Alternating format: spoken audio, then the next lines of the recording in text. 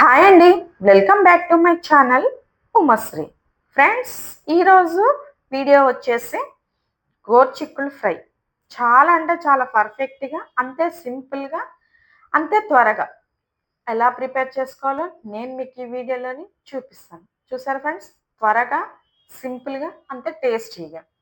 ఒకసారి చూసేద్దామా? నేను ఇక్కడ స్టవ్ ఆన్ చేసి ఒక పాన్ పెట్టి, పాన్ కాస్త వేడెక్కిన తర్వాత అందులోనే ఒక 2 స్పూన్లు పల్లీలు వేసి దోరగా వేయించి పక్కన పెట్టుకోవాలి. అదే పాన్‌లోనే ఒక 2, 3 స్పూన్లు ఆయిల్ వేసి, ఆయిల్ కాస్త వేడెక్కిన తర్వాత 2 స్పూన్లు పచ్చిశనగపప్పు, 1 స్పూను జీలకర్ర, ఒక పావు టీ స్పూన్ ఆవాలు. ఈ మూడిటిని వేసి ఒక నిమిషం పాటు వేయించుకోవాలి. అవి వేగుతున్నప్పుడు ఒక పెద్ద సైజు ఉల్లిపాయను చిన్న చిన్న ముక్కలుగా కట్ చేసి వేసుకోవాలి.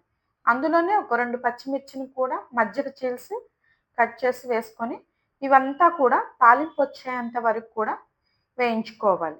ఫ్రెండ్స్, నేను గోరుచిక్కుడును ముందుగానే ఒక మీడియం సైజ్‌గా కట్ చేసుకొని కడిగి పక్కన పెట్టుకున్నాను. ఒక రెమ్మ కరివేపాకు కూడా వేసేసి, చిటికెడు పసుపు వేసేసి, ఇవి మొత్తం కూడా మంచిగా తాలింపు వచ్చిన తర్వాత, నేను ముందుగా కట్ చేసి పెట్టుకున్న గోరుచిక్కుడులను ఈ తాలింపులో వేసుకోవాలి.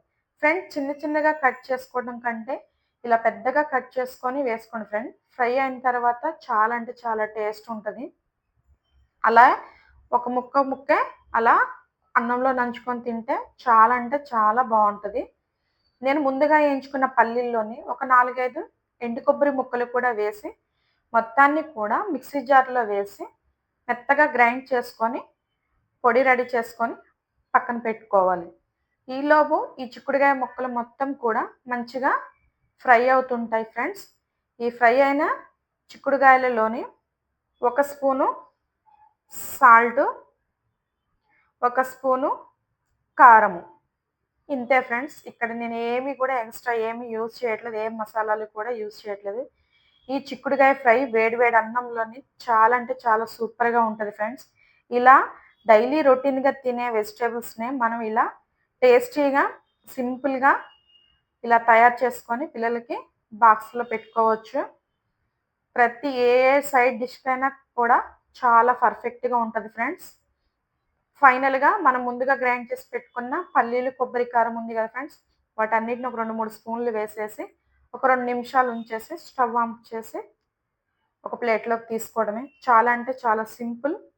సో, అంతే త్వరగా, అంతే టేస్టీగా ఇలా ప్రిపేర్ చేసుకోవచ్చు. వీడియో ఎక్కడ కూడా స్కిప్ చేయకోకుండా చూసేయండి.